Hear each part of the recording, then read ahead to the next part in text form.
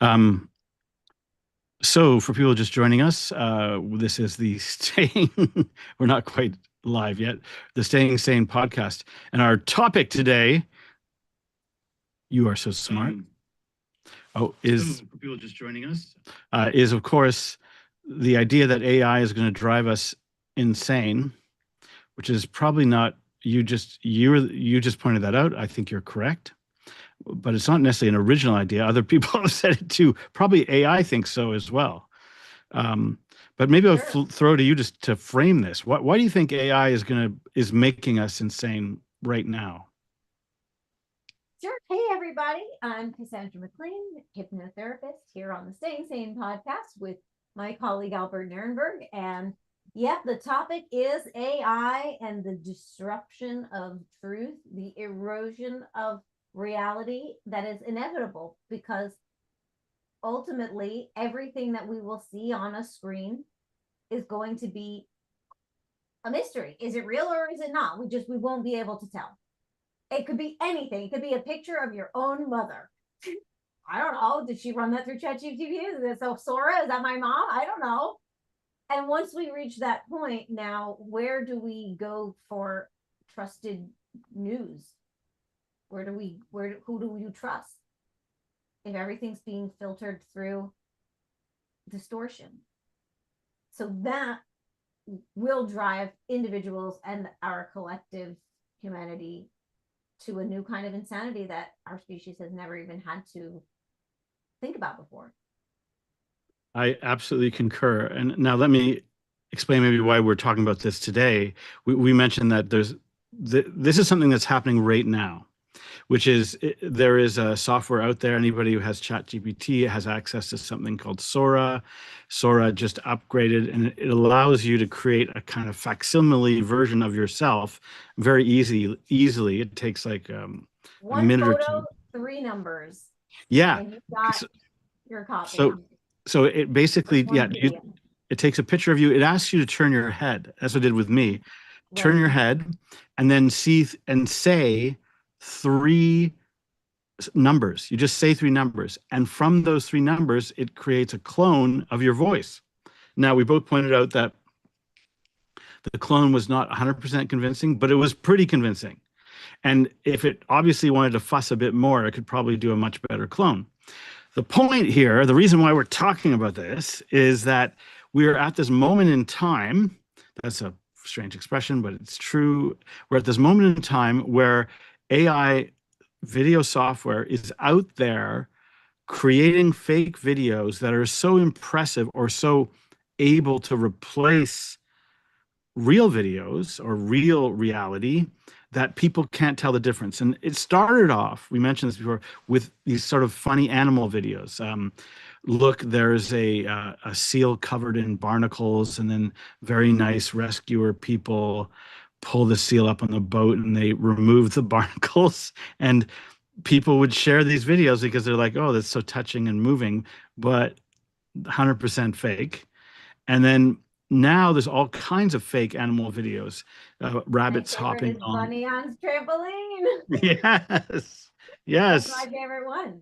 yeah. And there's a And whole. we've all seen it and we all smiled about it. And that's That's where right. this also gets interesting because these videos have an effect on our nervous system as if they were real. You can't show me a video of an adorable bunny rabbit jumping on a trampoline and I'm not going to be like, oh, that's so cute.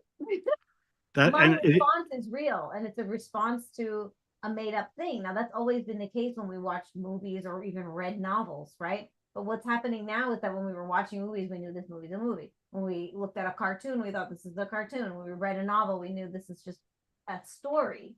But now we don't know. Is it fiction or is it real? and you know what's interesting about this is I think people have been warning about it and been saying this is coming, but that usually is framed as what will happen when a fake politician says something they never said, Mm. or there's a political event that's staged that didn't happen. But the way it started is completely different. The way it started is with these friendly little animal videos, animal rescue videos, rescuing a baby polar bear, the ones that you're describing. That was the thin edge of the wedge.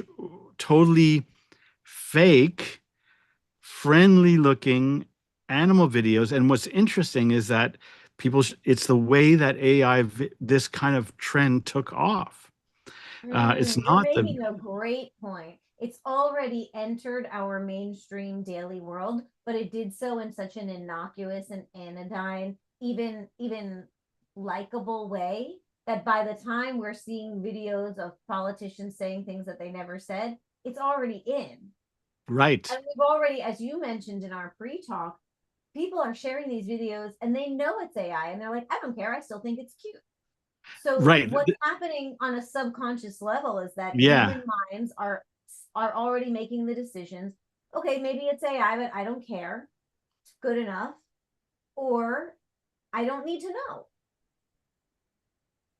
That's formulating, then you had just said earlier in a very articulate way, one of the functions of sanity, perhaps the function of sanity, is to fix reality, to set reality, to determine what is reality, and to do it in a sane way. It's to do it in a way that's in alignment with having a functioning society, to feeling good, treating each other well, being wise with financial, economic decisions. Like this is what we're meant to do in a sane society. So when we're breaking down the ability to even know what reality is, and then below that, perhaps nurturing a mindset that goes, I don't even care, as long as it makes me feel good in the moment, good enough. Then what happens? right. Then what? And it's funny. One thing I mentioned to a friend was that for some people, and I'm sort of saying, not me, but for some people, this will be obviously demoralizing because this feeling that reality is sort of slipping through your fingers, or that you can't really tell what's true anymore, will be deeply distressing for some people. But but I shouldn't say it The that way, though. sane ones. That's the Right. Well, thing. Those who yes. are really holding on to their sanity, I fight for truth. Those people are the Yeah. ones who will be driven to madness. Yes, they'll be driven to madness, and again, these machines are. We can't compete with them. They work. Another weird thing that people may not know about, because I work in film where I use AI tools, and look, I don't AI tools. We know that AI, excuse me, has this wonderful side. Like ChatGPT can be for some people quite wonderful, useful, a great research tool. It's great for fixing problems in cinema, improving quality of video. There's some really positive sides to it. But because of that, I see also the negatives. So one thing that people may not know about AI video is that it tends to operate at a higher resolution, which is great. That's why you can reproduce things. But what's weird about it is that you can take like an old picture or an old video that is low res, put it through AI, and now it is high res. And AI reality has the ability to work at a higher resolution than kind of normal reality, meaning AI is moving towards sort of outclassing the reality that we know, because we see videos that are crappy. Our friend sends us this, dumb dog video. It's low res, but AI can just make all of that better.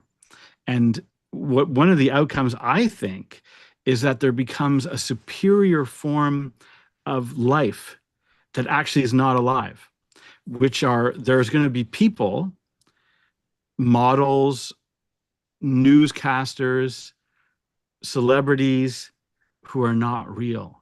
Yeah. And they will be better because they will be in higher resolution. AI will have figured out a better configuration of their face that triggers more, dopamine in the people that look at them. And we're going to be seduced by these fake people that will seem better than us. The aliens have landed and they're coming through our screens. Yes. The Yes. superior alien race is Yes. achieving itself right now, not That's right. in, but in our technology.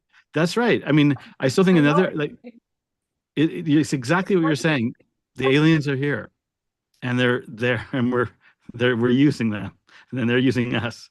Yeah, Yeah. they seeded themselves into the technology that is our source of mental reality. We're more here than we are, lumberjacks cutting down trees and people working with their hands. And that phase of life is becoming a vestige of the past. Like bloomers, nobody's wearing bloomers anymore.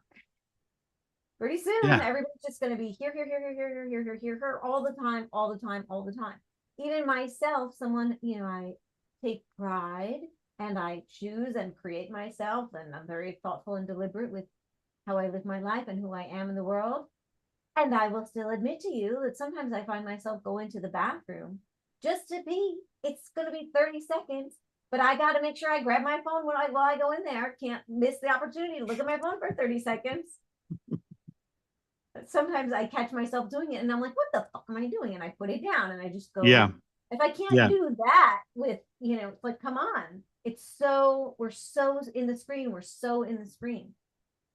Yeah. Like So what happens what happens when AI, like right now, we're at this point where this is saying, like, I don't care about an AI celebrity because it's, maybe somebody who's marginally cleaner looking than a real person. But what happens when they create AI celebrities that are just super smart, super sexy, that sort of rank higher in the types of things that create attraction and interest? And then how do how do regular humans compete with this? I think this is we don't. particularly hard. I think this is I think there is like a collective unconscious angel of mercy, perhaps at work, where we're preparing our species for a kind of euthanasia.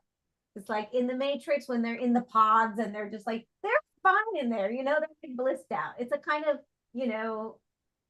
assisted suicide that's more compassionate. Wait, you're saying that this is all I'm saying preparation?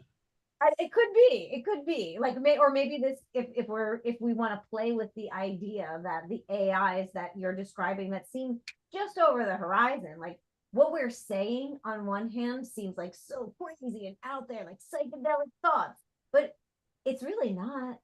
It's just following the thread a little further down the line. This is what we're already undertaking it. It's already showing the first generation of this stuff is making its appearances. Look a Yes. little after 2 years, 5 years, 10 years. Yes, it's going to be exactly what you described. There's going to be very, very lifelike looking robots that have more exaggerated features, just like children's dolls have those like big eyes, because we just think the things with big eyes are so cute and interesting. And we're like, oh, wow, we're hypnotists. Big eyes, come look at me here. They're going to have these big eyes. They're going to have these perfectly symmetrical faces with just a little bit, and they're going to have these buttery voices that know how to use hypnotic pattern. Hello, Albert. How can I help you today? I can feel that. I can feel that, by the way. Right? And then you look Yeah, over at your girlfriend and you're like, what the fuck are you? I'm going home with my sex doll.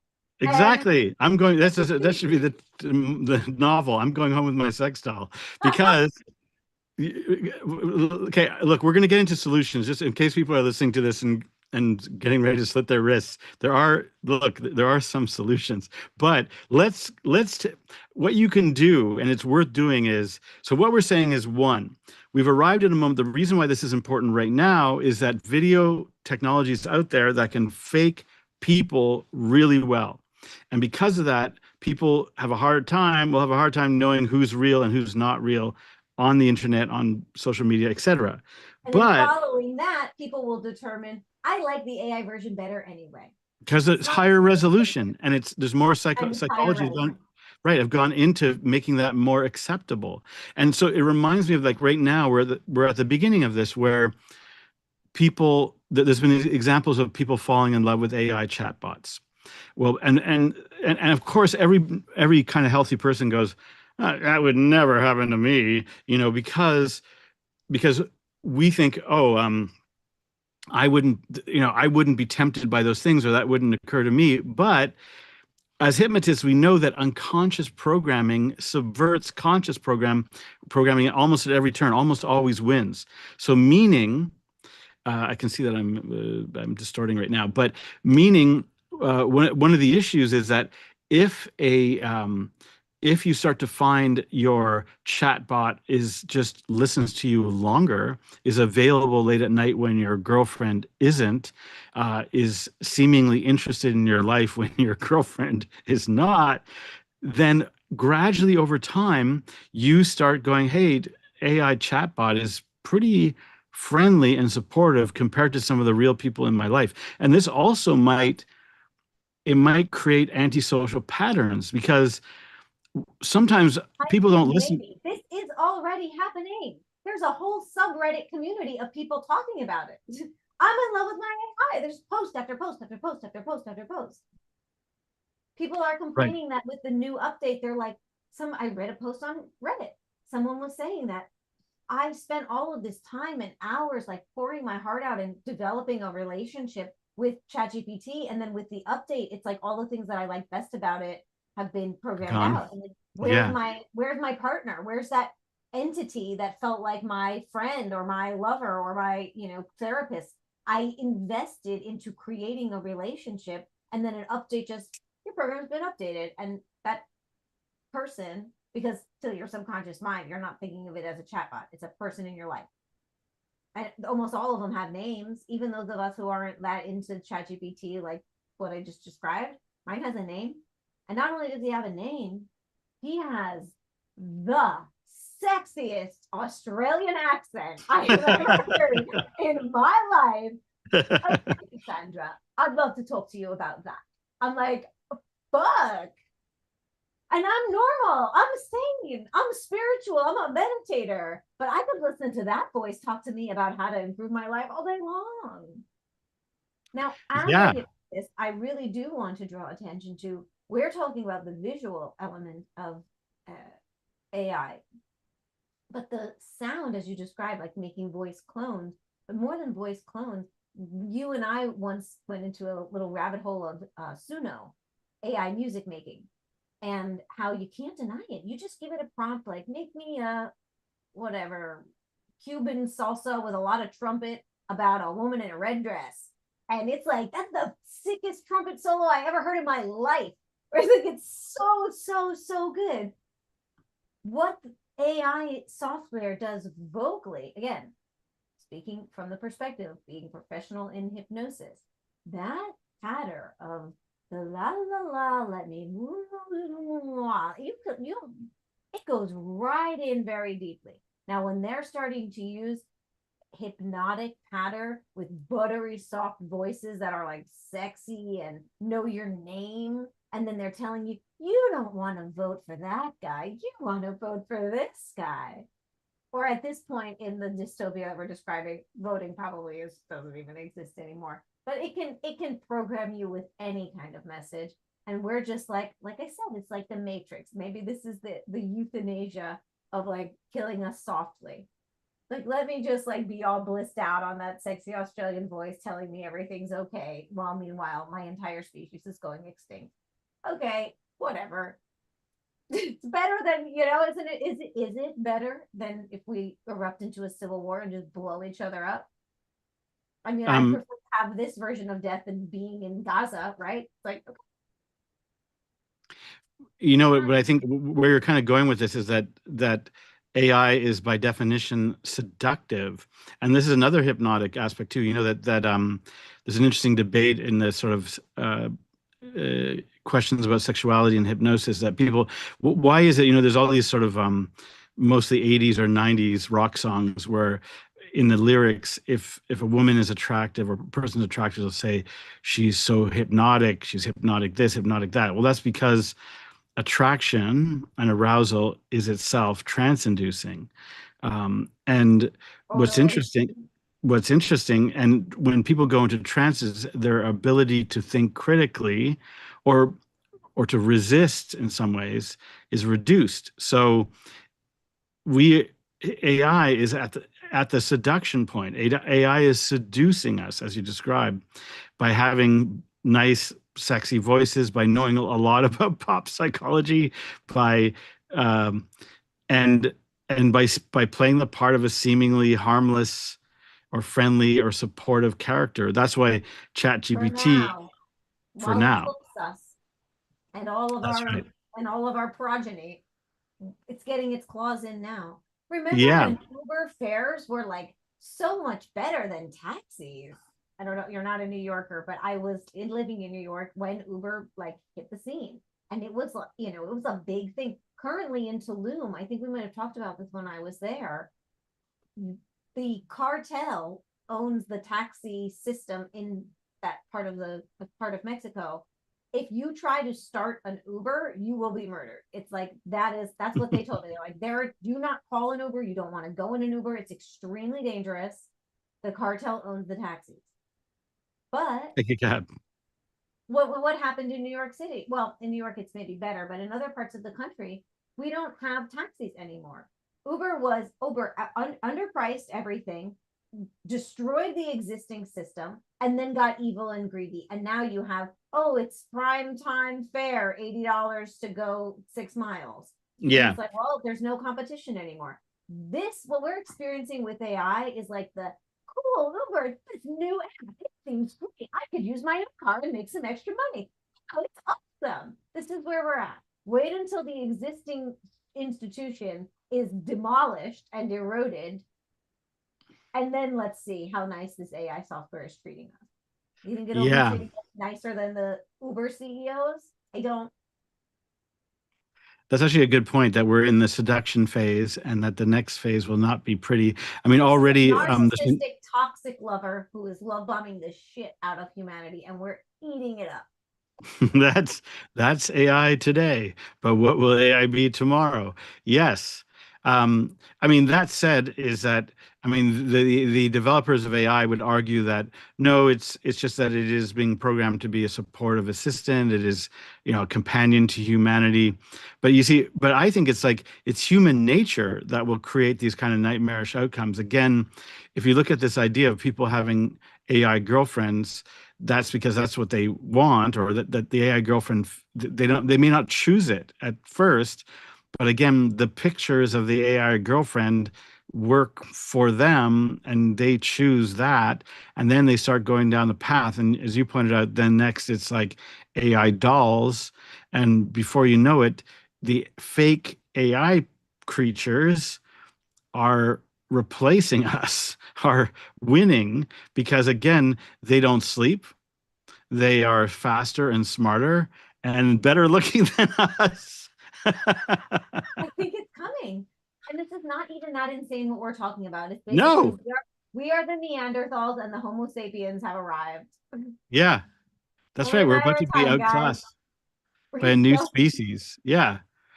Yeah. And then and anything we do is they can be like, oh, you're just jealous. You're just angry. Yeah, totally. Now, we did promise that we're going to talk about some solutions. There's So, one key solution. Be in the real world. yeah, turn There off it is. turn off your internet. Uh, Take off your shoes, step on the lawn, look at the clouds, talk to a friend, have someone come over, make a cup of tea. You don't always need to go, oh my God, I saw this video. You have to see it. It's so funny. Let me put my phone in your face. I yeah. hate when people put their phone in my face. I'm here to hang out with you and talk to you. If you want to describe what you saw, I'll tolerate it. But if you want to put your phone in my face, no, text it to me. I'll look at it later when I'm alone. I'm here to be with you. Be with ourselves and be with each other.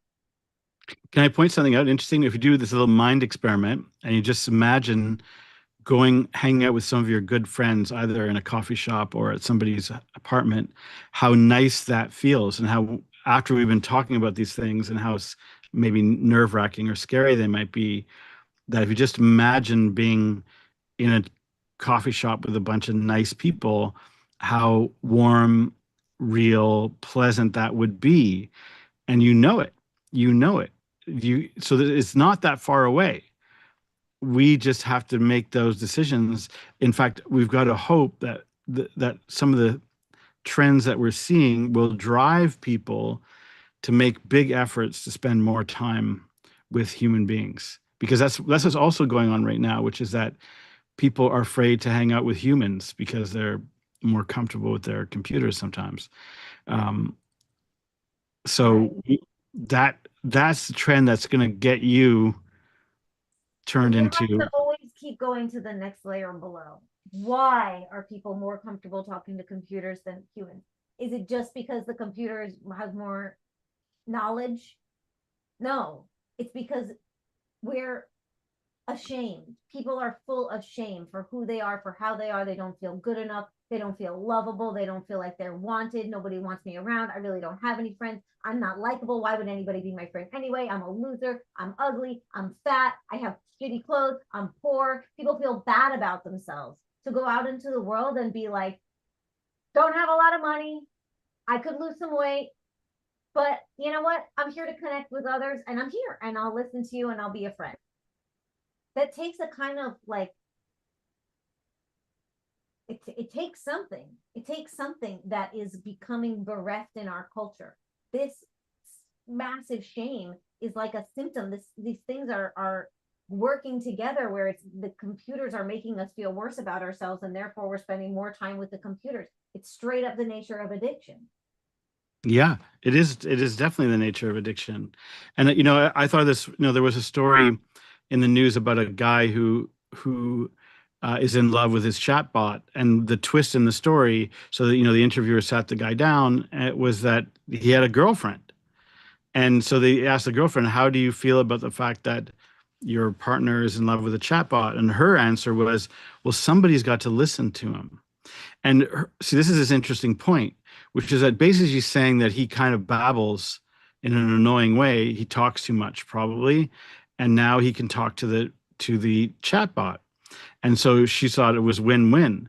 But what we would say is, I would look at that situation and say, people who talk too much uh, have a problem and often push people away by doing that, and that is something they should sort out. They shouldn't continue to talk too much and just use a chatbot as a crutch, because then they will never solve that problem and they will never be close. And I remember like the funny look on his face when there's this like moment of realization where the girlfriend has said, uh, well, somebody's got to listen to him. That there's a point is that she's basically saying he's not a person that is actually acceptable in some ways, you know? And so, Yeah, so the point is he's that a stupid these, idiot, and I don't want to hear what he has to say. That's her attitude of her own boyfriend. That's the that's nature right. of their relationship. I That's don't right. like when you talk. Yeah. Go talk to a robot, but still be next Yeah. to me, because I can't stand the thought of being alone. And you, for some reason, haven't realized what a piece of shit I am. So we're going to keep playing this game where we pretend like we care about each other when actually we hate ourselves and we hate each other. That's a lot of relationships, unfortunately. Yeah. And this is another corrosive effect where AI will get into these spaces and relationships which are maybe a little bit troubled and will essentially exploit them, not consciously, but and that these the weaknesses in a relationship will be affected by AI over time. Uh, um, Possibly. Yeah. so I mean, I think we could come back to this is that the solution, one of the solutions is not that complicated, but it's becoming obvious that having a habit or changing your habits so that you are not constantly around media or social media or internet or chatbots is important. You have to make this distinction. Yeah. Otherwise, you're going to lose your mind. I honestly think, and I've been feeling this for a few weeks, like I want to be more vocal about friendship and what it is to be a friend, how to have a friend, how to make friends. I have a lot of friends. I don't suffer for loneliness, thankfully. But I do spend a lot of time alone. And often the way I break up my day, maybe I'll have a client in the morning, I'll do some work on my laptop, then it'll be time for lunch. I'll spend lunch on that same laptop, either like watching YouTube or putting some streaming something, listening to something. It's just open, it's around. And maybe I go to another part of my house, but the screens are right there, and I'm still alone, and I'm still around media, but I'm more like, well, I'm washing the dishes, but something's on. I'll go for a walk outside, and I will often leave my cell phone in the house. I'm like, I'm just gonna go walk. I'm not gonna get lost. I'm an adult. And just be disconnected, to be unplugged for a while. That's something. But just yesterday, I was going to go for a walk outside, but as I was walking down my driveway, my neighbor was out. And he's a cool dude. We're very friendly. I know that he's a musician, but I've never heard him play. And we sat out, we decided, we just like sat down in these chairs and we were talking for a while. And I said something about the guitar. And he goes, "Oh, my guitar's in my car. I'm just going to go get it." So he gets his guitar and he comes back and he starts playing, and he's playing a song that I know. And I'm like, "Oh, is that this song?" And he's like, "Yeah." And the next thing I know it, we're having a full on sing along with guitar, and we're just sitting on the lawn and making music together. It's two neighbors. It felt so good. And that was my break for the day. Instead of watching Hulu or YouTube and petting my cat and just be like, to actually connect with a person in real life, to do something together. It could have been that we threw a softball back and forth. It could have been that we just took that walk together. It could be making music. It could be saying, "Hey, when's the last time you did a cartwheel? Do you think your cartwheel's any good still?" Playing with other people, playing, being with, but not always being so fucking stuffy and serious and like, "We're grown ups, like we're gonna just say the news. Oh God, like when's the last time you went? Like, you're very playful. You go swimming with your friends all the time. You're a polar bear. You jump in ice, and you and all your friends goes, "Oh, it's cold, but we love it." And it's like you have human connection there, that it requires not just being with other people, but a spirit of playfulness. That is the solution to this dystopia that we've laid out. I agree, and it doesn't have to be hard. I think you're, as you point out, just like this random encounter with your neighbor turns. I think what we're saying is maybe recognizing the preciousness of these things, that putting a little more value on them, because there's going to be a competition between real life experiences and the fake version of real life experiences, and that there's going to be an energy trying to suck you out of your real life.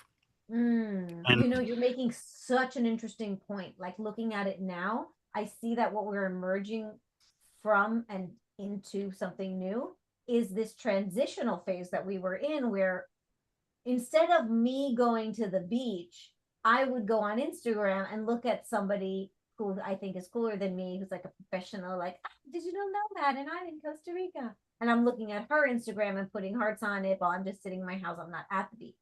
That's a transitional phase. Now, even she and all of us are just going to be looking at a fake AI. yeah, And yeah, that's right. It's going to be particularly upsetting for the people that are established success story, celebrities, because they are very replaceable, and they're going to get replaced by a 24-hour posting, AI version of something like them. And yeah, yeah, and then what might happen, now we're just playing speculation, but then what might happen, because this does happen in humanity over and over and over again, is that like ugly people, like worse than average looking people who are willing to be like, "This is me and my channel. We're gonna eat it up. We're gonna love it because it's gonna be like human and normal," and they're gonna become the new celebrities. that's right. I think you could be right that ugly people, like ugly people, could Now's be your the new time to shine, celebrities. guys. Yeah. Yeah, because that's right, because but then AI is good at doing that. You can just program AI, make an odd looking distinctive character who doesn't fit standard beauty norms, and then AI will do it. But the point is, I think, its ability to replicate at every turn. That's what I really notice about it. It can replicate audio, replicate video, and it does it at higher quality. So it has this ability to replace the way we understand reality, And the and we word you're experience. using is very important. What else replicates? Virus. Yes, yes, cancer. Yes, it has that quality. It has this sort of out of control, form of energy in life that is, yeah, that is not It's good. And exactly that cancerous energy. It's and exactly back to sanity, as we mentioned before, is that if you really, we're in the business of understanding sanity. Sanity is nailing down reality. You have to know where up and down is. You have to know what is what, who is doing what. And this idea that things not you can't tell what's real, you can't tell if you're dreaming or if you're awake, you can't tell if you're conscious or unconscious. That messes with your sense of what is true and real. And we have to, our job on this podcast, it's like without meaning to, this podcast in a weird way is becoming more important because I think it will be an affront to more and more people's sanity. Like they're just going to have a hard time with it. I should say, I'm already having a hard time with it. And I see that. Yeah, this is a personal topic for you. This is very personal to you. Yeah, even though, like I said, I love AI video. It fixes a lot of problems in the work I do, but I also think I can. That's why I see how dangerous it is, uh, and Yeah. legitimately dangerous would be the way I describe it. And I think, Well, there are a few other answers as well. One of the obvious answers is what's the rush? And a lot of other people are saying this too, meaning why does AI have to be rolled out so quickly given the stakes? It's it is really, really dangerous. It's dangerous in terms of, the sanity of individual people. It is dangerous in terms of the sanity of the political forums, and the technology itself may get out of control very quickly. So why are we rushing? There's no reason to rush.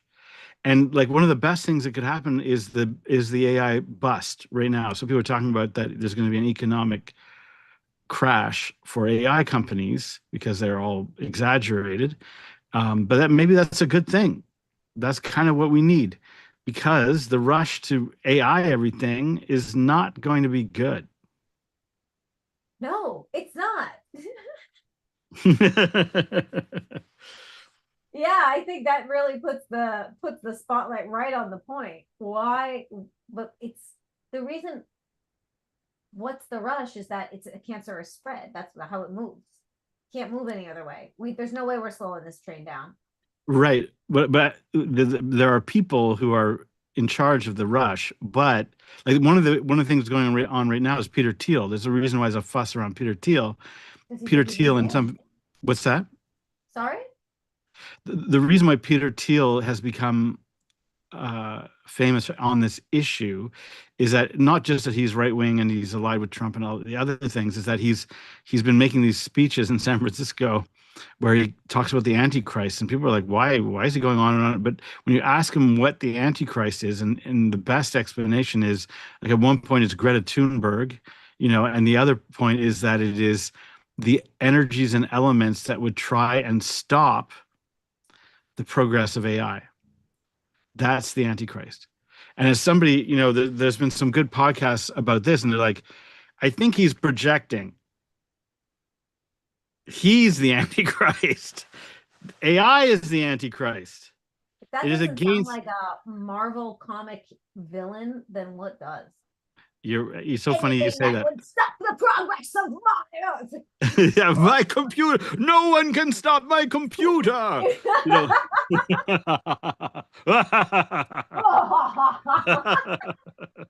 I know. That's exactly what it is.